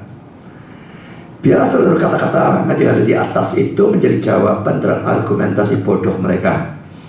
Juga kata-kata Arthur Bank di bawah ini cocok untuk menangani argumentasi bodoh mereka. Kita lihat kata-kata Arthur Bank. Bawalah seluruh persembahan persepuluhan itu ke dalam rumah perbendaharaan, supaya ada persediaan makanan di rumahku, dan ujilah aku firman Tuhan semesta alam. Malaikat 3:10. Teman-temanku, itu merupakan suatu ungkapan yang mengejutkan. Itu merupakan suatu ungkapan yang perlu diperhatikan. Allah berkata, ujilah aku. Kata-kata itu, kata-kata itu berarti ini: tempatkanlah yang maha kuasa pada ujian. Kurung buka. Dan itu adalah dosa. Itu adalah jahat secara positif bagi makhluk apapun untuk melakukan demikian, kecuali ia diperintahkan secara pasti untuk melakukan demikian. Kurung tutup. Jadi ujilah itu, hati-hati sudah ya. Kalau tidak ada perintah, jangan menguji, mencoba Tuhan, tidak bisa ya. Tapi ini ada perintah. Sekarang ujilah aku dengan ini, dengan persembahan persepuluhan. Dengan kata lain, teks kita menyuruh kita untuk menguji Allah, mengujinya dan melihat apakah ia akan membiarkan kita menjadi orang yang kalah atau tidak. Memberi persembahan persepuluhan merupakan suatu proses pengujian. Bagaimana? Dengan secara teratur, dengan setia, dengan sistematis, memberi dia 1/10 dari penghasilan kotormu, dan lalu melihat apakah ia akan membiarkan kamu menjadi orang yang kalah atau tidak. Membuktikan apakah ia memang menghormati mereka yang menghormatinya. Membuktikan apakah ia akan mengizinkan dia untuk menjadi orang yang berhutang kepada siapapun. Kamu orang-orang kudus yang gemetar, penuh rasa takut, tak peduli jika penghasilanmu hanyalah $1 sehari, dan kamu harus merencanakan dan mengumpulkan dengan susah payah, dan bersusah payah atau mengencangkan, mengetatkan ya pengeluarannya, untuk membuat penghasilan sesuai dengan pengeluaran. Nggak mau tahu dia. Ambillah 1/10 dan persembahkanlah pada Tuhan, dan lalu lihatlah apakah ia akan tetap menjadi orang yang berhutang kepada. Kalau Tuhan janji memberikan berkat dan dia tidak memberi, dia berhutang. Jadi pada waktu kita memberikan persepuluhan, kita muji dia. Lihat, dia mau jadi orang yang berhutang atau tidak. Dia menepati janjinya atau tidak. Saudara, kalau ada orang yang yakin persembahan persepuluhan itu harus, tapi takut memberi, maka semua ini sudah perlu sangat renungkan. Kalau yang pelit saya tidak ngomong, itu nanti urusan lain. Tapi yang di sini yang saya tekankan adalah orang yang percaya persembahan persepuluhan harus, tapi takut dalam memberikan, takut jadi lebih miskin, takut lebih tidak cukup, lebih defisit, dan sebagainya. Saudara, kita berani menyerahkan kekekalan yang akan datang dalam tangan Tuhan. Kita harus berani menyerahkan urusan keuangan kepada Tuhan. Dia cuma minta 1/10, dan ingat, sebetulnya 100% dia yang memberi. Dia minta kembali 10%, tidak ada masalah sebetulnya.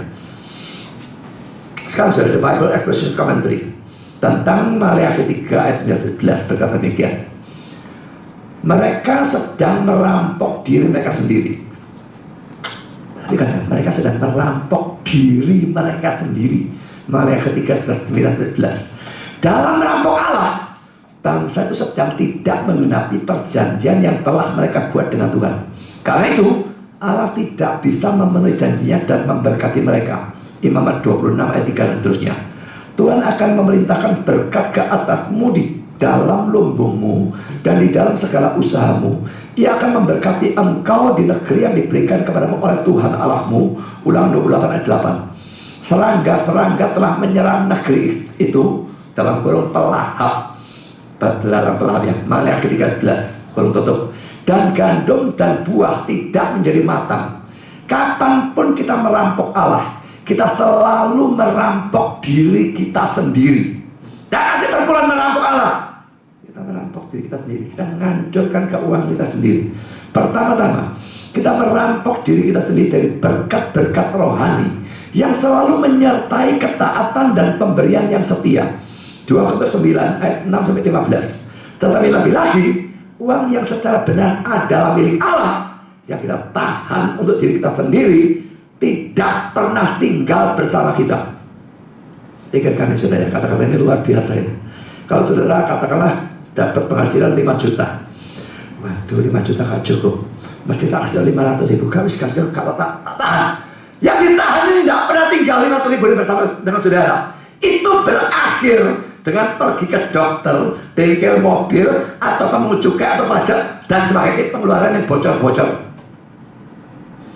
Dan bukan 500.000 tok, gondol konco-konconya juga. Berakhir tempat-tempat yang aneh-aneh itu. Kamu menabur banyak, tetapi membawa pulang sedikit. Dan orang yang bekerja untuk upah mendapatkan upah yang ditaruh dalam suatu kantong yang berlobang. Hagai 1 ayat 6 New King James. Jika kita tidak mempercayai Allah untuk memelihara kita, apapun yang kita percayai akan terbukti sia-sia. Siapa yang sudah percaya yang untuk memelihara saudara? Bos saudara? Orang tua? Teman yang kaya? Saya tidak tahu siapa. Tapi kalau saya tidak mempercayai Allah untuk memelihara saudara dan mempercayai seseorang atau sesuatu yang lain, itu akan terbukti sia-sia. Yang bisa mencukupi itu Allah. Kalau dicukupi pakai yang lain-lain, ini Allah menggunakan mereka. Kalau Allah tidak mau menggunakan mereka, dihabisi, saudara habis juga. Orang-orang yang dengan penuh kasih memberi persembahan persepuluhan dan persembahan-persembahan kepada Allah, mendapati bahwa apapun yang tersisa, maksudnya 90% sisanya itu ya, berjalan jauh lebih jauh dan memberi berkat yang jauh lebih besar. Ya, memberi adalah suatu tindakan iman, tetapi Allah memberi upah iman itu dengan setiap cara. Tetapi saudara, buku tafsiran ini segera menambahkan suatu peringatan yang penting, yaitu bahwa motivasi dalam memberi persembahan persepuluhan atau persembahan apapun harus benar. Jangan karena sekarang atau kekurangan memberi cek no cukup. Nek cek no cukup, alasan supaya cukup itu menjadi alasan memberi, berarti bukan karena iman, karena kasih, karena ingin memuliakan Tuhan. Pemberian itu tidak dianggap saudara, tidak ada gunanya. Nomor 1 motivasi dalam segala hal sebetulnya ya, dalam pelayanan, dalam seorang menjadi hamba Tuhan, dalam cara berbakti, dalam cara datang ke tempat ini belajar firman, dalam apapun motivasinya itu apa. Dan terutama khususnya karena banyaknya gereja dan pendeta-pendeta dan chairman-chairman yang kurang ajar, yang memang mendorong orang untuk memberi dengan motivasi pamrih, motivasi dagang. Akhirnya terlalu banyak orang memberi untuk mendapatkan berkat. Kalau sudah motivasinya kacau, itu bukan pemberian. Karena itu saudara, buku tafsiran memberikan peringatan. Dia berkata demikian, itu supaya dicukupi itu ya, bukan alasan kita memberi. Karena jenis motivasi seperti itu adalah egois. Jika engkau memberi karena itu menguntungkan, itu tidak akan menguntungkan. Dalam bahasa Inggrisnya, If you give because it pays, it won't pay. Pay di sini jangan diartikan membayar ya, tapi menguntungkan.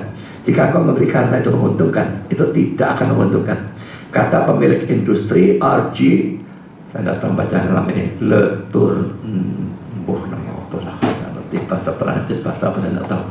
Dan ia benar, kita memberi karena kita dan ingin mentaati dia, dan karena ia murah hati terhadap kita. Setiap mau memberi, saudara pikir dan salib itu loh, kita mau memberi 100% pun tidak akan bisa bayar balik salib itu, saudara. Dia korbankan nyawa untuk kita, bahkan kita korbankan nyawa untuk dia, tidak akan bayar karena dia korban lebih dulu untuk kita.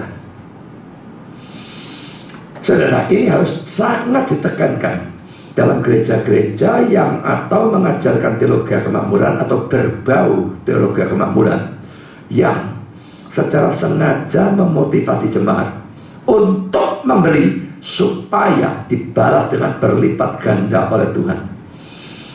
Saudara, saya tidak ragu-ragu mencap orang-orang seperti itu sebagai kurang ajar, dan itu membuat ajaran tentang persembahan persepuluhan lalu dicela oleh banyak orang, karena gereja-gereja yang seperti ini menyalahgunakan. Tapi saudara, bahwa mereka menyalahgunakan tidak berarti bahwa itu harus dihapuskan. Motivasinya yang harus diluruskan. Kalau orang memberikan dengan motivasi tidak karu-karuan, Tuhan tidak anggap mereka memberi.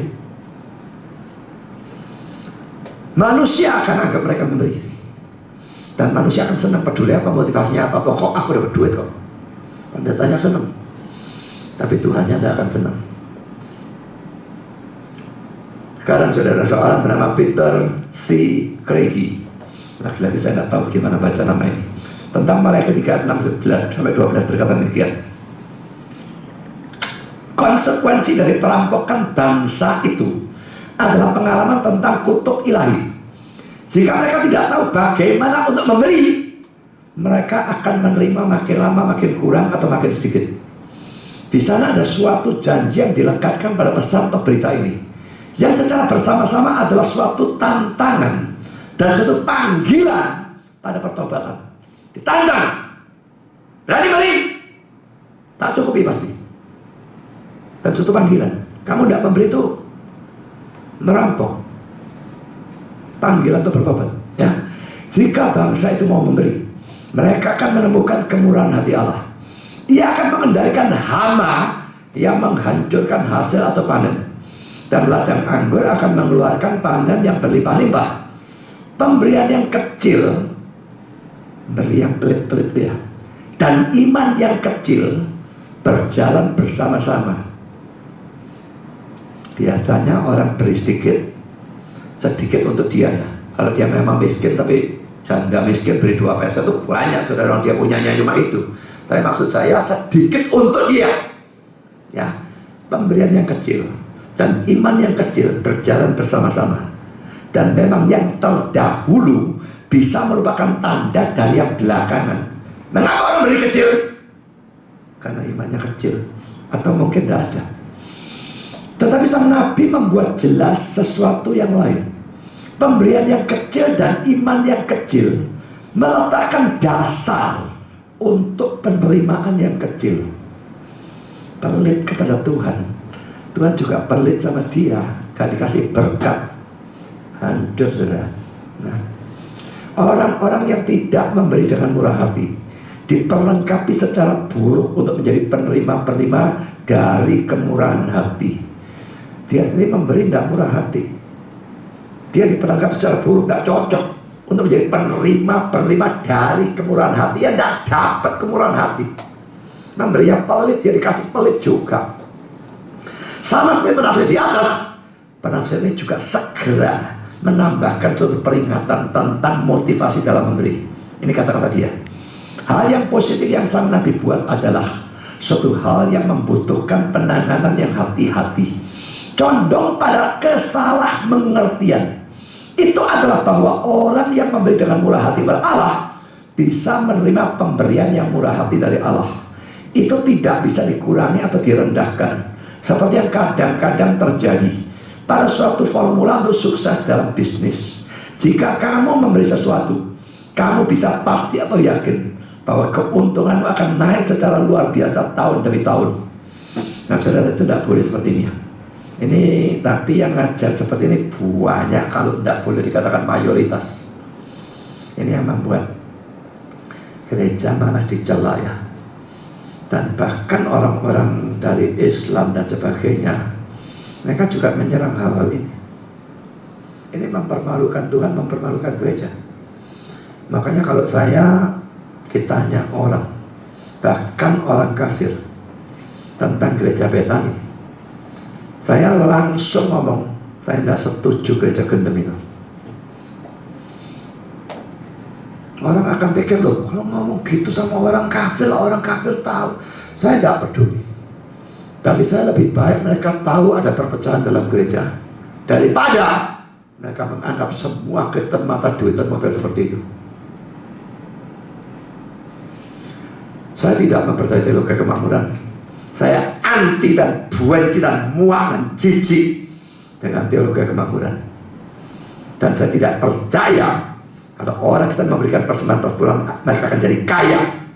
Tapi seperti saya katakan tadi, sebaliknya merupakan sesuatu yang sangat memungkinkan. Hampir bisa dipastikan banyak orang Kristen yang menjadikan kemiskinan mereka sebagai alasan untuk tidak memberikan persembahan persepuluhan. Padahal sebetulnya kasusnya terbalik. Mereka menjadi miskin karena mereka tidak memberikan persembahan persepuluhan. Janji Tuhan untuk mencukupi kebutuhan hidup mereka tidak berlaku karena mereka tidak mengutamakan Tuhan dan kerajaannya. Matius 6:33 berkata apa? Carilah dahulu kerajaan Allah dan kebenarannya, maka semuanya itu kebutuhan pokok akan ditambahkan kepadamu. Tapi mereka tidak memberikan persepuluhan. Jelas ayat ini tidak berlaku ya. Carilah dahulu, mereka tidak lakukan, maka ya janjinya juga tidak berlaku. Tuhan tidak bertanggung jawab kalau mereka tidak cukup berantakan sebuah ekonominya.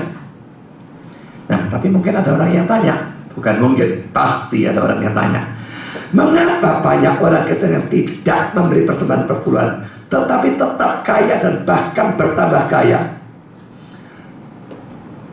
Gampang jawabannya, saudara. Sangat besar kemungkinannya.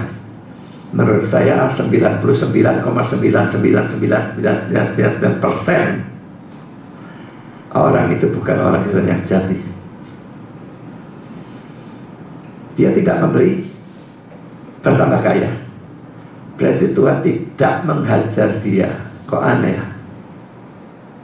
Bapak yang genah tanah, anaknya harus memberi, tidak mau memberi, dibiarkan saja, tidak diajar. Tuhan tidak menghajar orang yang bukan anaknya. Kita lihat Ibrani 12 ayat 15. Dan sudah lupakah kamu akan nasihat yang berbicara pada kamu seperti pada anak-anak? Hei anakku, janganlah anggap enteng didikan Tuhan, dan janganlah putus asa apabila engkau diperingatkannya. Karena Tuhan menghajar, mendisiplinnya orang yang dikasihinya, dan Ia menyesah orang yang diakuinya sebagai anak. Jika kamu harus menanggung ganjaran, Allah memperlakukan kamu seperti anak. Di manakah terdapat anak yang tidak dihajar oleh ayahnya? Karena ayat 8 perhatikan. Tetapi jika kamu bebas dari ganjaran yang harus diterita setiap orang, maka kamu bukanlah anak, tetapi anak-anak gampang. Anak-anak gampang itu Inggris terjemahnya anak blasteran, bastard ya. Selanjutnya dari ayat kita yang sebenarnya kita beroleh ganjaran dan mereka kita hormati. Kalau demikian, bukankah kita harus lebih taat kepada Bapa segala roh supaya kita boleh hidup?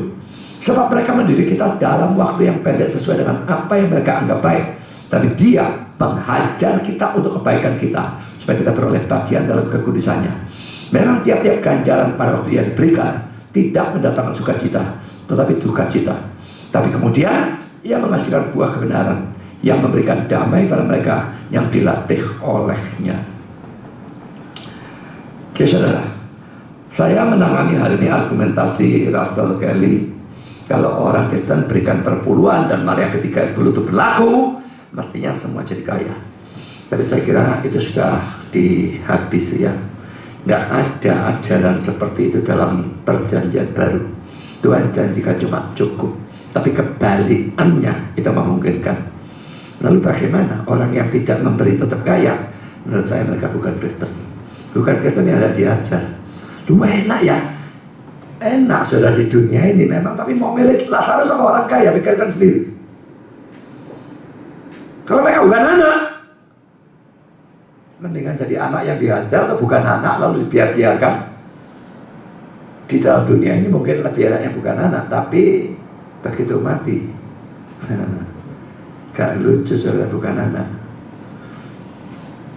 Nah bagi saudara yang anak dan saudara percaya memberikan persekutuan itu harus, tapi saudara takut atau pelit, maka pikirkan saudara, pada waktu saudara merampok Allah, saudara merampok diri sendiri, itu memberikan kemiskinan, itu memberikan defisit yang tidak karu-karuan dan sebagainya.